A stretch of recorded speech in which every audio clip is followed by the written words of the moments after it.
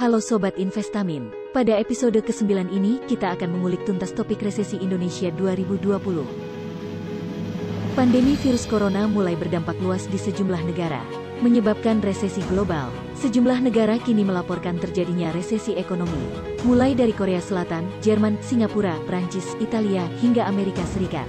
Jadi apa sebenarnya resesi itu? Tapi sebelum itu, klik tombol subscribe, like, komen, dan share. Dukung channel kami untuk terus berbagi ilmu. Apa yang dimaksud resesi? Resesi adalah penurunan signifikan dalam ekonomi yang berlangsung selama berbulan-bulan atau bahkan bertahun-tahun. Selama resesi, ekonomi berjuang, orang kehilangan pekerjaan, penjualan perusahaan menurun dan ekonomi pun memburuk. Para ahli mengatakan, suatu kondisi dapat dinyatakan resesi apabila 1. Produk domestik bruto negatif. 2. Pengangguran meningkat tajam. 3. Penurunan penjualan retail. 4. Ukuran pendapatan menurun. 5. Kontraksi manufaktur yang panjang. Sebenarnya resesi itu wajar, karena dianggap sebagai bagian tak terhindarkan dari siklus bisnis yang terjadi berulang dalam perekonomian suatu negara. Riset menunjukkan ada 6 faktor penyebab resesi yang paling mudah dipahami. 1. Goncangan ekonomi yang tiba-tiba. 2. Hutang yang berlebihan. 3. Gelembung aset. 4. Terlalu banyak inflasi. 5. Terlalu banyak deflasi. 6. Perubahan teknologi. Faktor penyebab resesi. 1. Goncangan ekonomi yang tiba-tiba. Ini adalah masalah serius yang datang tiba-tiba terkait keuangan. Contohnya pada tahun 1970-an ketika OPEC memutus pasokan minyak tanpa peringatan. Pun saat ini, wabah virus corona juga membunuh perekonomian di seluruh dunia. Faktor penyebab resesi. 2. Hutang yang berlebihan. Ketika individu, bisnis, atau suatu negara berhutang terlalu banyak, biaya untuk melunasi hutang dapat meningkat ke titik di mana mereka tidak dapat membayar tagihan mereka, sehingga akan berdampak secara luas terhadap kepercayaan perekonomian.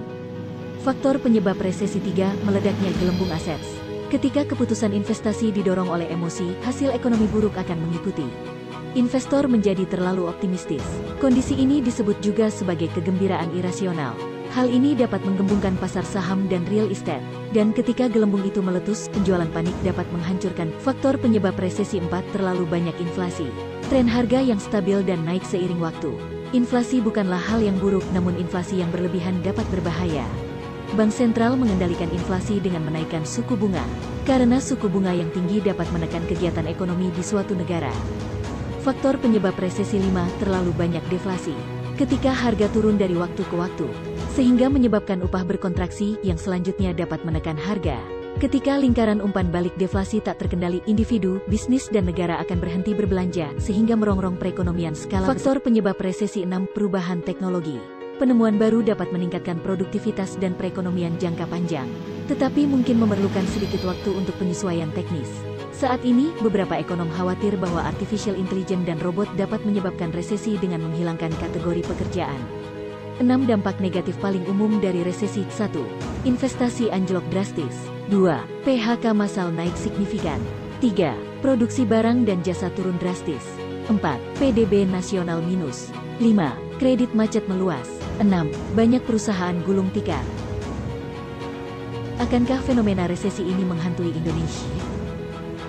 Indonesia harus sudah bersiap mengalami kontraksi ekonomi jika gelombang 2 COVID-19 terjadi. Organisasi untuk Kerjasama dan Pembangunan Ekonomi OECD memproyeksikan Indonesia minus 2,8% pada kuartal kedua. Lalu bagaimana? Pola pemulihan ekonomi Indonesia berbentuk gelombang bukan kurva. OECD dalam laporan bertajuk World Economy on a Tightrope memperingatkan pemerintah untuk berhati-hati dalam melonggarkan pembatasan sosial, karena rute menuju pemulihan ekonomi masih sangat tidak pasti. Kencangkan sabuk keuangan, bantu UMKM bangkit untuk meredakan dampak resesi global ini. Nantikan episode lainnya minggu depan di Investamin. Salam investasi.